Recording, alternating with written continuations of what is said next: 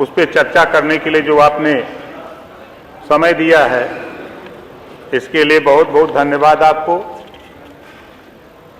मैं बैठ करके सुन रहा था,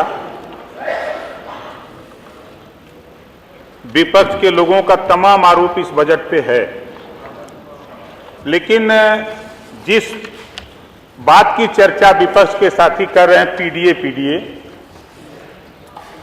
जितने लोग बोले हैं, किसी के जबान पे एक बात नहीं आई कि अनुपूरक बजट में बधाई देना चाहिए था वित्त मंत्री जी को कि 300 करोड़ रुपया छात्रवृत्ति के लिए इन्होंने बिना मांगे दे दिया है। और अब तक अगर हम पिछले कार्यकाल में जाएं तो सभी बच्चों को छात्रवृत्ति नहीं मिलती थी। इसी सदन में कई बार कहते कहते बजट बढ़ाते आज उस मुकाम तक पहुंच गया है कि आप धैर्य रखिए, जितने भी पिछड़ी जाति के बच्चे हैं सभी बच्चों को छात्रवृत्ति इस बार मिलेगी अनुपूरक बजट से। पहली बार इस लड़ाई को मैं बहुत लंबे समय से, आप लोग कभी इस पे चर्चा नहीं करते, नाम तो करते हैं पीडीए का, बीमारी जरा देखिए।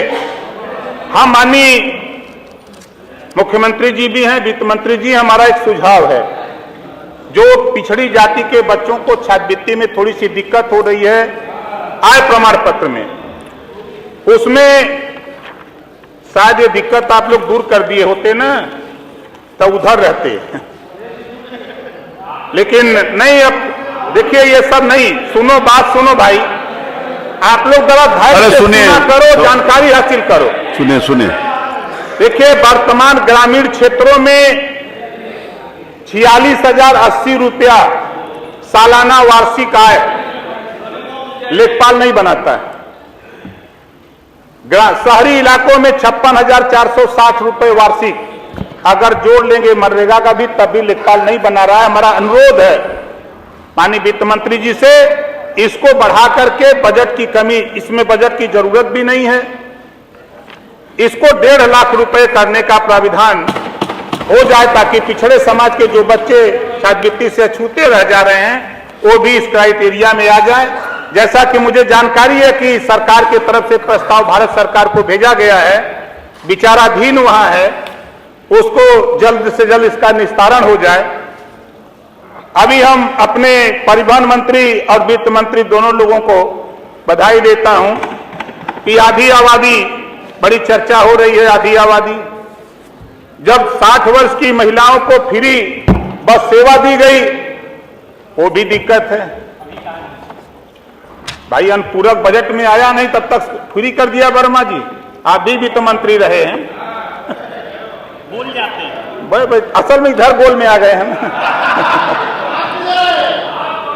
हम आपके सामने हैं, आपको पता नहीं है, आप लोग नए अखबार पढ़ते हैं, टीवी देखते हैं तो आपको पता क्या होगा। शायद आप लोगों को ये पता नहीं है कि अगर हम बोलेंगे तो आपको बुरा लगेगा। हम गठबंधन करते हैं तो हम दल बदलू कहते हैं। अब 8 बार आपकी पार्टी ने गठबंधन किया तो आप दल बदलू नहीं कहोगे, आप नहीं कहोगे, हमको कहोगे इस नाते कि हम कमजोर है भाई, हम कमजोर में हैं। आप तो बिना पेदी के हो नहीं, कभी कांग्रेस से, कभी सपा से, कभी बसपा से, कभी सुभाषपा से, कभी निषाद पार्टी से करोगे तब तो नहीं कहोगे, लेकिन हमको तो जरूर कहोगे, क्योंकि जतियों में हम छोट हैं, जतिया में आप बड़े हो, उम्र में बड़े हो, सत्ता में रहो, इस नाते चाहे जिसको जो कह लो, लेकिन आपकी नाकामी के वजह से जो 38% पिछड़ा था वो भारतीय जनता पार्टी के साथ खड़ा हुआ है। इसके वजह से देश और प्रदेश में सरकार है, इसको स्वीकार करो।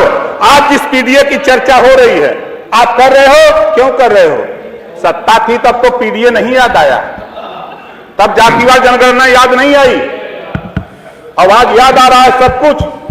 हमारे भाई आशीष पटेल जी ने कहा, मंत्री जी ने बहुत सही बात कहा है इन्होंने कि 4 बार की सरकार में एक बार भी सदन में, सपा की सरकार में एक बार भी जातिवार जनगणना की चर्चा नहीं हुई है। उठा के रिकॉर्ड निकाल के देख लीजिएगा, जो मुझे जानकारी है।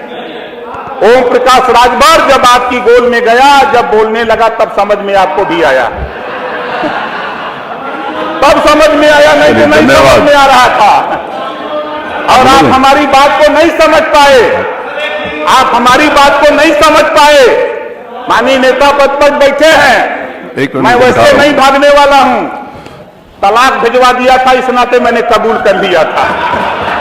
सामने बैठे हैं, धन्यवाद आया है। माननीय ओम प्रकाश जी, धन्यवाद। धन्यवाद सर।